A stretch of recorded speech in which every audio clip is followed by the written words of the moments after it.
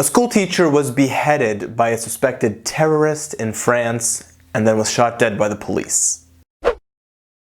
Assalamu alaikum, what's going on everybody? Recently in France, a Russian Muslim teenager beheaded a teacher in what is being called a suspected terrorist attack for showing Charlie Hebdo drawings of Prophet Muhammad PBUH during a class in the name of freedom of speech. Honestly, I have no idea how to even start this. I will start off by sending my condolences to the family of the teacher. I don't care what this guy said, no one deserves this. No one deserves to be beheaded. And I can't even imagine what the family's going through. For this video, I'm going to discuss this from three perspectives. First, the French perspective. Then the Muslim perspective. And finally, do radicals actually follow Islam? So let's get started.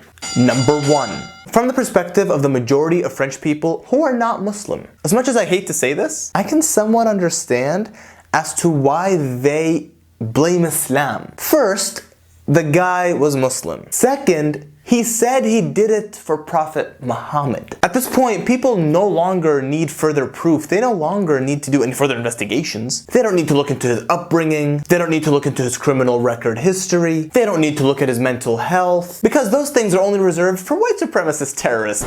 I mean, mentally ill lone wolves. But the fact is, the guy said that he was doing it for Islam. And for some people, that's all they needed to know. And although I understand that many Muslims look at this and they think there are so many crimes happening by other groups that don't get the same media coverage. Whether it's the countless school shootings in the US, or the fact that Muslims are the #1 victim of terrorism in the Middle East, or how nobody demands that all Jews condemn what Israel's doing to Palestinians. And here is what I have to say about this. First of all, most people don't care that there are Muslims dying in certain places in the Middle East because of terrorism. They also either don't know or don't care about what Israel's doing to Palestinians. They don't care that there are double standards and hypocrisy in the media, whereby any Muslim crime is magnified and amplified. Yeah, so what? Muslims were killed in Christchurch, New Zealand, in a mosque during a massacre that was live streamed on Facebook. So what? Muslims were killed in a mosque in Canada. Of course, nobody asked all white people to condemn white supremacy. The fact of the matter is, nobody cares. So let me say this. Before every non-Muslim goes out there and demands that every single Muslim in existence condemns these attacks. Even though as Muslims, we had absolutely nothing to do with this. Homeboy didn't ask for my permission before he did that. And as if we all automatically support these attacks until the magical verbal condemnation takes place, then we immediately change our minds. Mo condemned the attack.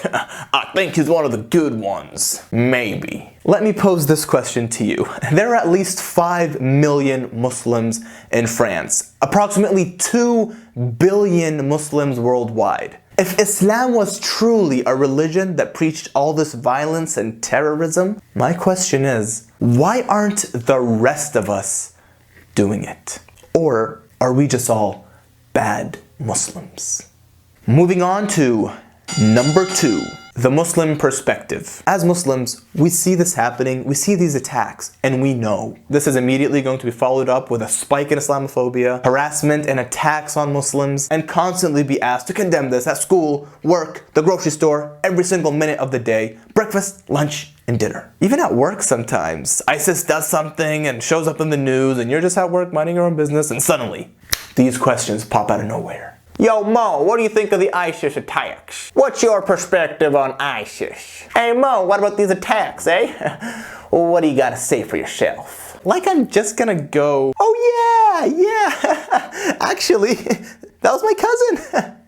We tight. But unfortunately, that's just the reality of the life that we live in right now. Although we as Muslims completely are against these attacks, but if you do not loudly condemn them, then that means you automatically condone.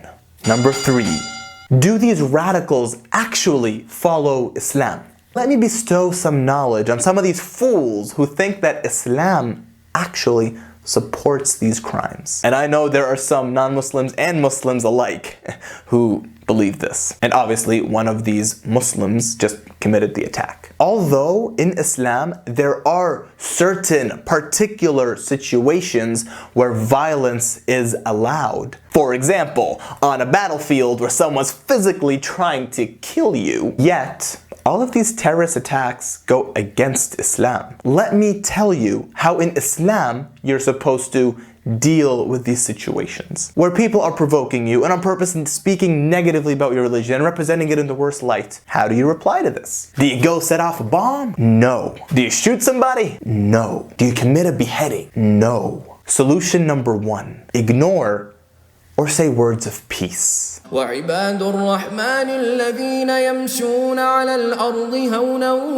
وإذا خاطبهم الجاهلون قالوا سلاما. Solution number 2, leave the gathering. وإذا رأيت الذين يخوضون في آياتنا فأعرض عنهم حتى يخوضوا في حديث غيره وإما ينسينك الشيطان فلا تقعد بعد الذكرى مع القوم الظالمين. Solution number 3, reply in a manner that is better. ولا تستوي الحسنة ولا السيئة ادفع بالتي هي أحسن فإذا الذي بينك وبينه عداوة كأنه ولي حميم.